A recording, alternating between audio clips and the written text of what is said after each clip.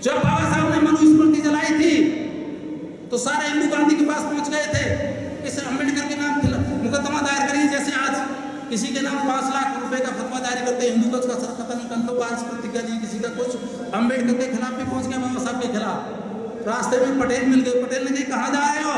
अरे कि अम्बेडकर ने हमारा धर्म नीति चला दिया, हम इसके खिलाफ मुकदमा करें, गांधी जी इसको सत्यानाश कर भ्रष्ट कर दिए। मालूम है पटेल ने क्या कहा था? अम्बेडकर भारत का ही नहीं विश्व का सबसे बड़ा विद्वान और वकील है। जब अम्बेडकर मुकदमा लड़ने जा रहे हैं और वहां से अम्बेडकर जीत गया तो आज तो मनुस्मृति में आग लगी, कल तुम्हारी रामायण महाभारत वेदों में भी आग लगा दिया।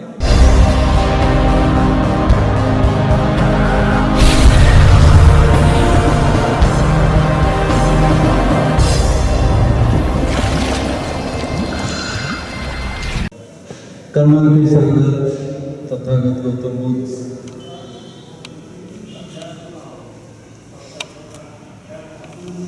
प्रातः स्मरणीय बाबा साहब, शिक्षा की देवी माता सावित्रीबाई फुले, शिक्षा के क्रांति ज्योतिबा फुले, माता शिक्षा की दूसरी देवी फातिमा शेख, और आज के आयोजक इस ट्रस्ट के संरक्षक से पहले उन्हें पूज्य भिक्षु संघ तथा नारी शक्ति का वंदन करता हूँ, तथा दूर दराज से आए हुए मेरे सभी साथी जो समाज को मनी माइंड डायरेक्शन देने की कृपा करते हैं। साथियों, आज काफ़ी पावन दिवस है, एक ऐसी शुरुआत है जिसके विषय में काफ़ी लंबे समय से कोई कार्य नहीं हुआ, जबकि सबसे पहले तथागत गौतम बुद्ध ने हमसे कहा बुद्धं शरणं गच्छामि। समय का दौर था, बुद्ध का भी भंते जी ने बताया कि गौतम बुद्ध की शरण की बात नहीं थी, ज्ञान की बात थी। उसके बाद शिक्षा की क्रांति करने वाले महात्मा ज्योतिबा फुले ने भी कहा था शिक्षा में मति गई, मति बिंद गति गई, गति बिंद वित्त गया, वित्त गया, ये सूत्र कैसे गुलाम बना, हम सारा सत्यानाश हमारा शिक्षा की वजह से हुआ और हम पशुओं से बेहतर जिंदगी बराबर कर दी बिना शिक्षा के। इसके बाद बाबा साहब ने भी जब अपना दौर शुरू किया तो उन्होंने भी हमसे पहले कहा शिक्षित बनो, संगठित करो, संघर्ष करो। सबसे पहले वहाँ भी शिक्षा है। साथियों, शिक्षा के विषय में ज्योतिबा फुले ने इतिहास के पन्नों में पलटे तो कुछ स्कूल खोले, माता सावित्रीबाई जी खोले, बाबा साहब ने भी अपने समय में कुछ स्कूल खोले, लेकिन उसके बाद का आज तक शिक्षा के विषय में सबसे कम काम हुआ तो शिक्षा के विषय में हुआ, जबकि शिक्षा की वजह से ही हम और आप यहाँ बैठे हुए हैं। जब डॉक्टर साहब ने और शिक्षा, बाबा साहब ने तो यहाँ तक कहा था शिक्षा में शेरनी का दूध है, जो पिएगा वो दहाड़ेगा। लेकिन मेरे साथियों, देखना आपके लिए कि जो दूध पी रहे हैं हम शेरनी का या भेड़नी का। सच पूछो तो जो शिक्षा मिलनी थी वो हमको मिली नहीं। स्कूल उनके थे, विद्यालय उनमें से, अध्यापक उनके थे, सिलेबस भी उनका था, उन्होंने जो लिखा जो पढ़ाया वो हमको पढ़ना पड़ा और उसके आधार पर ही हम यहाँ चल रहे हैं। अभी आपने 2 मिनट पहले देखा होगा एक लड़का यहाँ कैंटीन चढ़ाने आ रहा था, मेरे साथी कह रहे थे ये क्या कर रहा है? मैंने कहा यार इसकी गलती नहीं है, गलती हमारी है, हमने इसको शिक्षा नहीं दी, कावड़ लेने आ रहा है। अब तक हमें कावड़ की तो शिक्षा मिली थी, तथागत की शिक्षा मिली कहाँ थी? बाबा साहब ने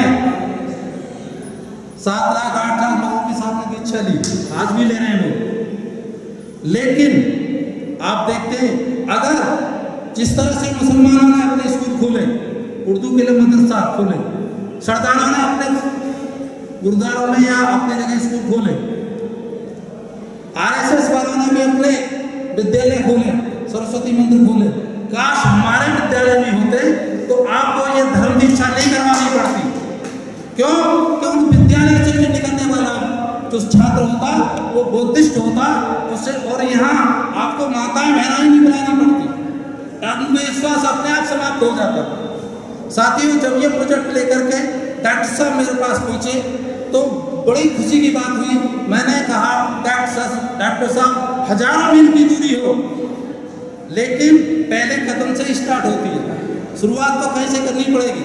ये बहुत बड़ा प्रोजेक्ट है और बहुत अच्छा काम के लिए आप आए हैं। आपने देखा होगा हमारे बगल के रहने वाला अलीगढ़, जब सर सैयद अहमद खान ने मुस्लिम यूनिवर्सिटी की 1875 में स्थापना की थी तो प्राइमरी का स्कूल था वो, आज पूरी दुनिया में जानी जाती है।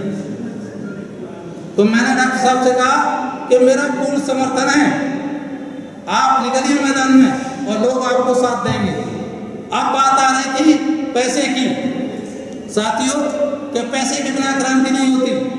मैंने डॉक्टर साहब से कहा था धम्म क्रांति हुई तथागत लॉर्ड बुद्धा ने कब की?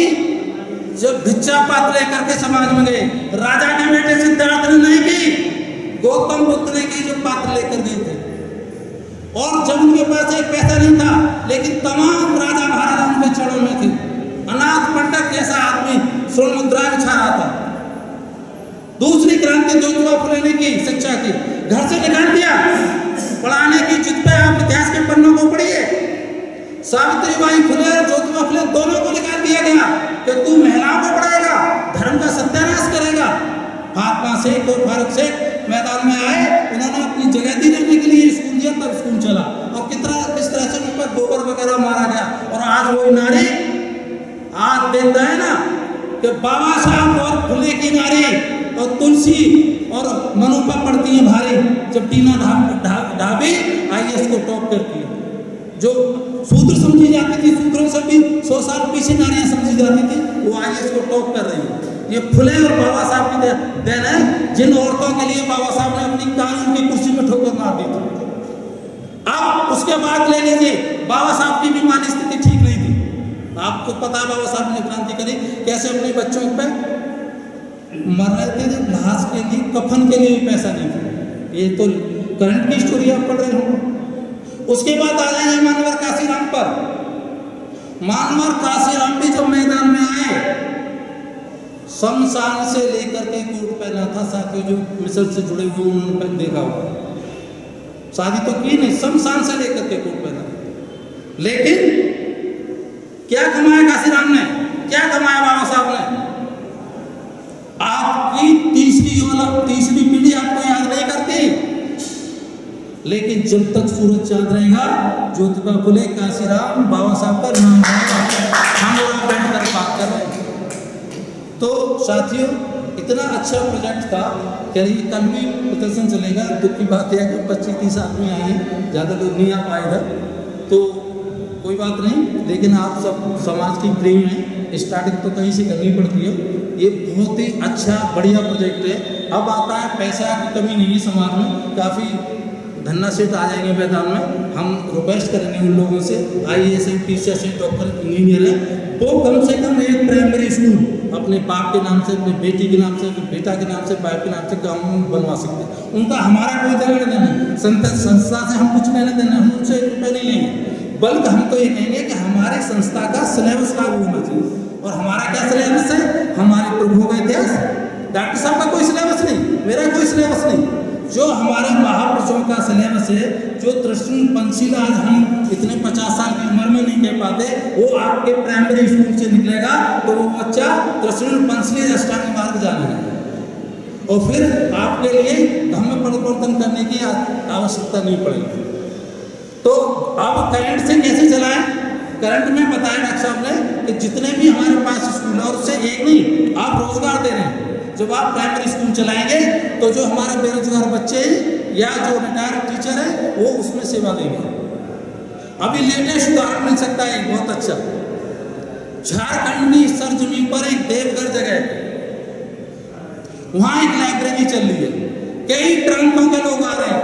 बाबा साहब अंबेडकर पुस्तकालय 4 मंजिला बनाए, महेंद्र सिंह लंकेश जिसके अध्यक्ष 19 लोग सरकारी कर्मचारी इकट्ठे होते हैं और वहाँ उस लाइब्रेरी का निर्माण करते हैं। इधर उधर से पैसा लेकर के आज उसमें 15,500 लड़के रजिस्ट्रेशन, केवल मेंटेनेंस का पैसा लेते हैं 200 रुपया पर मंथ, और 5 लाख रुपया हर महीना सैलरी देते हैं बच्चों को, जो उसमें तो 24 घंटे सरकारी कर्मचारी लगे, सरकारी जो हमारे कर्मचारी जो उस लाइब्रेरी की देखरेख करते हैं, तो 5-6 लाख रुपया महीना सैलरी भी देते हैं। और 36 तरह के कंपटीशनों की किताब और कंप्यूटर प्रत्येक प्रत्येक मंजिल पर कंप्यूटर की सेटिंग है, सारी आधुनिक शिक्षा दी जा रही है। तो एक आदर्श लाइब्रेरी वहाँ आप देख सकते हैं झारखंड में, बिहार की सरजमीन पर, तो कई प्रांतों के बच्चे जाकर के तैयारी करते हैं, जैसे इधर के लोग कोटा में जाकर के तैयारी करते हैं, वहाँ करते हैं। तो जब इस तरह का हमारा चलन होगा तो आप में से भी कोई न कोई ऐसा आएगा निकल करके, क्या यहाँ लाइब्रेरियाँ बनेगी। और साथियों आप ताज्जुब करेंगे, सबसे पहले शिक्षा से हम यहाँ तक पहुँचे जब बाबा साहब ने राउंड टेबल कॉन्फ्रेंस में, एक बात मुझे याद आ गई, पहली बार दहाड़ रहे थे, हमारे लिए अधिकारों की मांग कर रहे थे। चर्चिल जिसके शासन में कभी सूरज नहीं छुपता था, उससे ये कहा था कि जितने मनुवादी अत्याचारी हैं जो 5,000 साल से तथागत गौतम बुद्ध के जाने के बाद में, चंद्रगुप्त के विद्रथ के जाने के बाद में जो हमारी दुर्दशा की है उन मनुवादियों ने, इतने ज़्यादा दोषी, उससे तुम भी कम नहीं, तुम भी उतने ही अत्याचारी हो, क्योंकि तुम्हारे 150 साल के शासन में हमारी कोई अच्छी स्थिति नहीं हुई। और कहाँ गए साहब? उस राजा के सामने जिनके राज्य में सूरज नहीं छुपता, पूरे ब्रह्मांड को उनका राज साथ था। जब रात के 2 बजे चर्चिल अपनी पत्नी के साथ टहलता है और कप लेकर के दारू का पीता है, नींद नहीं आई, उसकी पत्नी कह रही क्या बात है सर, कैसे नहीं सो रहे? क्या कहता है चर्चिल?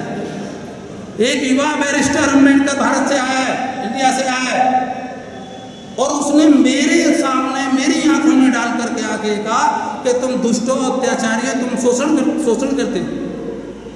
और वो ऐसे साक्ष्य रखते, उसने जब उनके साक्ष्य को काट नहीं सका। ये बात शिक्षा वो सैनी का दूध है, जो पिएगा वो दहाड़ेगा।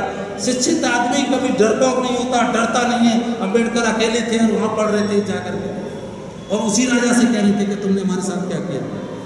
तब ये साइमन कमीशन आया, सारे अधिकार आपको मिले, और जो कम्युनल अवार्ड मिला ये गुजरात के बनिए ने हमसे ले लिया, पूना पैक्ट के द्वारा छीन लिया। सारे MP MLA जो बड़ा इनकी हड्डी कर रहे, साले आज गुलामी कर रहे हैं, उसी पूना पैक्ट की देरवानी बाबा साहब ने मजबूरी में उस पर साइन किए। जब इतिहास पढ़ेंगे तो देखेंगे। तो सारा खेल शिक्षा का रहा था। तो हमारा आज एक निवेदन है आप सारे लोगों से, हर जगह पैसा की कटौती करिए, हर जगह करिए, लेकिन शिक्षा पे मत करिए, शिक्षा से कोई समझौता मत करिए। आप शिक्षा में जितना पैसा करेंगे खर्च, आप देखिए अगर बाबा साहब कहाँ पढ़े थे, विश्व के सबसे टॉप के कॉलेज कोलंबिया, और आज हमारा 200वें नंबर पे आपके बच्चे पढ़ कहाँ रहे हैं? पूरे विश्व में 200वें नंबर पे भी भारत की कोई यूनिवर्सिटी नहीं है। जब बाबा साहब ने मनुस्मृति जलाई थी तो सारे इंदू गांधी के पास पहुंच गए थे, इस अम्बेडकर के नाम मुकदमा दायर करिए। जैसे आज किसी के नाम 5 लाख रुपए का फतवा जारी करते हैं, हिंदू का सर खत्म कर लो, 5 प्रतिज्ञा दी, किसी का कुछ। अम्बेडकर के खिलाफ भी पहुंच गए, बाबा साहब के खिलाफ। रास्ते में पटेल मिल गए, पटेल ने कहा कहाँ जा रहे हो? अरे कि अम्बेडकर ने हमारा धर्म नीति चला दिया, हम इसके खिलाफ मुकदमा करें, गांधी जी इसको सत्यानाश कर भ्रष्ट कर दिए। मालूम पटेल ने क्या कहा था? अम्बेडकर भारत का ही नहीं विश्व का सबसे बड़ा विद्वान और वकील है। जब अम्बेडकर मुकदमा लड़ने जा रहे हैं और वहां से अम्बेडकर जीत गया, तो आज तो मनुस्मृति में आग लगी, कल तुम्हारी रामायण महाभारत वेदों में भी आग लगा दिया। उनकी हिम्मत नहीं हुई बाबा साहब पे मुकदमा दायर करने की। ये शिक्षा की ताकत थी, ये आपके पुरखा की ताकत थी। और आप पेशवा की तरह दुम बुला रहे, किसकी औलाद है? आप तो शेर की औलाद, आपने अपनी ताकत को समझा ही नहीं। तो साथियों, कुछ डॉक्टर साहब ने मुझसे कहा था कि संक्षिप्त में बात रखो, हम तो जो बेसिक भी लेक्चरर था, हम तो 2-3 घंटा बोलते रहते हैं क्या। और 22 मेरा सब्जेक्ट भी हिस्ट्री रहा है, पहले साइंस था। तो मैं आपसे निवेदन करूंगा कि शिक्षा के विषय में कोई समझौता मत करिए। हम जो आज बैठे हैं शिक्षा की वजह से बैठे। RSS ने एक मीटिंग करी कि सारा भारत हमने कब्जा में कर लिया, सारा भारत। 0.5% अम्बेडकरवाद कब्जा में नहीं हुआ, बुद्ध को कब्जे में कर लिया। मजे की बात देखिए, अभी जो बात चल रही थी, बुद्ध को बचा गए मनुवादी। गौतम बुद्ध को विष्णु का 10वां अवतार बता गए, 9वां अवतार। आपका जो गया का बौद्ध विहार है, जिस पर डॉलरों में पैसा आता है, सारा इनकम वहां जा रही है। गौतम, मुझे मोदी भी भीख मांगता है, लॉर्ड बुद्धा के नाम से दे दो, मैं गौतम बुद्ध के देश से आया हूँ, लेकिन जहाँ कर उसी पैसा को गौतम बुद्ध के धर्म को बर्बाद करने में लगा है। ये असली कहानी है। तो इन लोगों ने प्लान किया कि ये आधा %, लेकिन बाबा साहब ने उसकी काट कर दी। बाबा साहब को नहीं बचा पाए।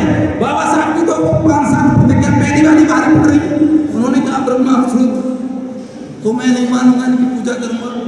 तो उनको नहीं बचा सकते ना, अगर ये नहीं करते 22 प्रतिज्ञा नहीं रखते बाबा साहब, तो आज बाबा साहब 10 में अवतार हो जाते। तो बाबा साहब एक ऐसा एंटीबायोटिक कैप्सूल है मनुवाद के लिए, ये पचा नहीं सकते इसके लिए। और लड़ाई भी आज क्या मनुवाद और अम्बेडकरवाद की है। और जिन लोगों ने इसको मिलाने की कोशिश की वो मिट गए हमारे समाज के। पारा खिंच कर दे वो एक तरफ अम्बेडकरवाद, एक तरफ मनुवाद। अम्बेडकरवाद खत्म होगा, मनुवाद हावी रहेगा। मनुवाद का अम्बेडकरवाद है हावी है तो मनुवाद को खत्म जाना पड़ेगा। दोनों साथ साथ नहीं चल सकते। बहन जी ने चला के देखिए ना, देख लीजिए ना, मनुवाद और ब्राह्मणवाद और अम्बेडकरवाद साथ साथ नहीं चल सकता। साथ तय आपको करना है कहाँ जाना है। तो आपसे मेरा निवेदन है, अपने बच्चों को पढ़ाइए, जितना पैसा खर्च हो सकता है शादी ब्याह में जहाँ भी कटौती हो सकती है कटौती करिए, विदेशों में भेजिए, कहीं भेजिए। तो RSS ने कहा कि ये कहाँ से बगावत की बू आ रही है, कि बगावत की बू अम्बेडकर की विचारधारा से आ रही है। अम्बेडकर के पढ़ने वाले सारे के सारे फैले हुए हैं। आधा % अम्बेडकरवादी यहाँ के, इनका सोर्स ऑफ इनकम का है नौकरी, अच्छा शिक्षा से यहाँ दाड़ रहे। अम्बेडकर वहाँ दाड़ रहा था, यहाँ दाड़ रहे। देखते हैं मीटिंग हुई, सारा सत्यानाश सबसे पहले 2014 के बाद शिक्षा पे हुआ। इस बार का भी एजुकेशन का बजट कम किया गया है, जबकि बढ़ना चाहिए था। स्वास्थ्य का बजट इस बार भी कम किया गया, जबकि बढ़ना चाहिए था। स्वास्थ्य का भी बजट कम किया गया, शिक्षा का बजट, क्योंकि सारे लोग हम प्रभावित, हम पढ़ नहीं सके। पहले अंगूठा काटा जाता था, आज गर्दन काटी जाती है। एक लंबे का अंगूठा काटा था। और ताज्जुब इस बात का करेंगे साथियों, पहले हम नहीं पढ़ सकते थे रामायण महाभारत, जीभ काटी जाती थी, कान में शीशा ठुका जाता था। आज तो ब्राह्मण नहीं पढ़ सकता। दिल्ली के अंदर दृष्टि कोचिंग चल रही है, उसका जो प्रोफेसर है मालूम है कौन है? ब्राह्मण है, हरियाणा का दिव्य प्रकाश कीर्ति। उसने क्या किया पता है? टीवी पे देखा होगा आपने, तुलसीदास की और वाल्मीकि रामायण की 2 चौपाई पढ़ा दी बच्चों। किनको पढ़ा रहा था? IAS IPS वालों को, गदावड़ों को कोचिंग नहीं दे रहा था। उसमें शंभु ऋषि की घटना थी जो वाल्मीकि से ली गई, सीता जी की घटना थी जो रामचरितमानस से ली गई कि तू मेरे लिए वैसे जैसे कुत्ता घी को छू जाता, झूठा कर देता है, उसको प्रयोग नहीं कर सकते। ये बात कौन कह रहा है? राम सीता से। और कौन कहलवा रहा है? तुलसीदास। और शंभु ऋषि की हत्या कौन कर रहा है? राम। पढ़ाई के ऊपर तो कहाँ कह रहा है? वाल्मीकि रामायण। ये बात उसने IAS IPS में पढ़ा दी और हंगामा हुआ पूरे देश में। फिर उसने सारे पत्रकार बुलाए और गीता गोरखपुर की दोनों किताबें लाकर रख दी कि यार मैं तो अध्यापक हूँ, मैं तो जो लिखा है वो पढ़ा रहा हूँ, तो तुम ठोको, तो वाल्मीकि पे छोड़ो ना और उस पर तुलसी पे ठोको, मेरा क्या कसूर है? या सिलेबस हटा दो, IAS के सिलेबस से हटा दीजिए। और राजेंद्र पाल गौतम ने क्या कहा था? बाबा साहब 1956 में प्रतिज्ञा ले सकते, तुम दिल्ली में नहीं पढ़ सकते।